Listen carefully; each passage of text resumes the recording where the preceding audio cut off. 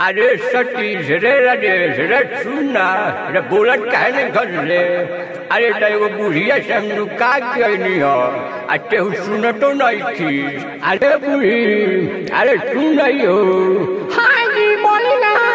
अरे बुढ़ी रे चलो हिंदी भोजपुरी के महामुकाबला देखने अफेनारा में हो रहा है। सिंगर अशोक दीवाना एंड पवन मार्शल जी हैं। हाँ बूढ़ा चली दोनों व्यक्ति साथ में देखा जाए।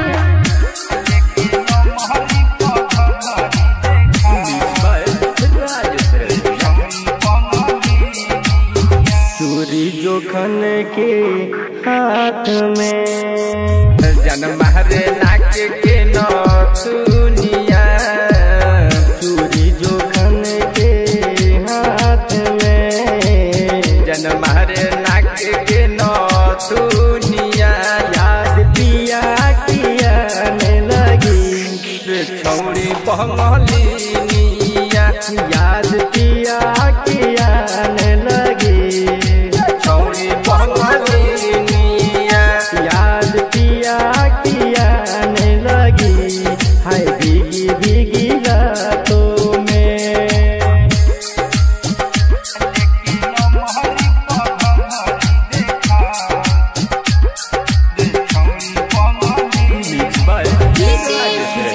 लंगूरवा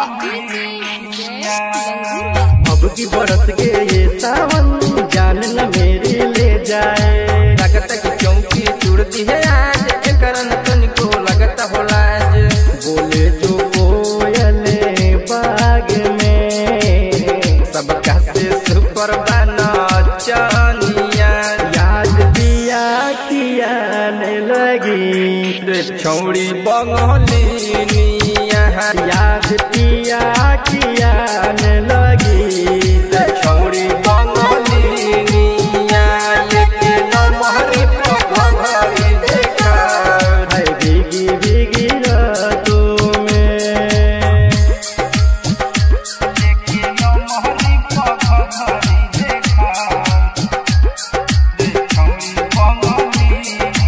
विजय लंगूरवा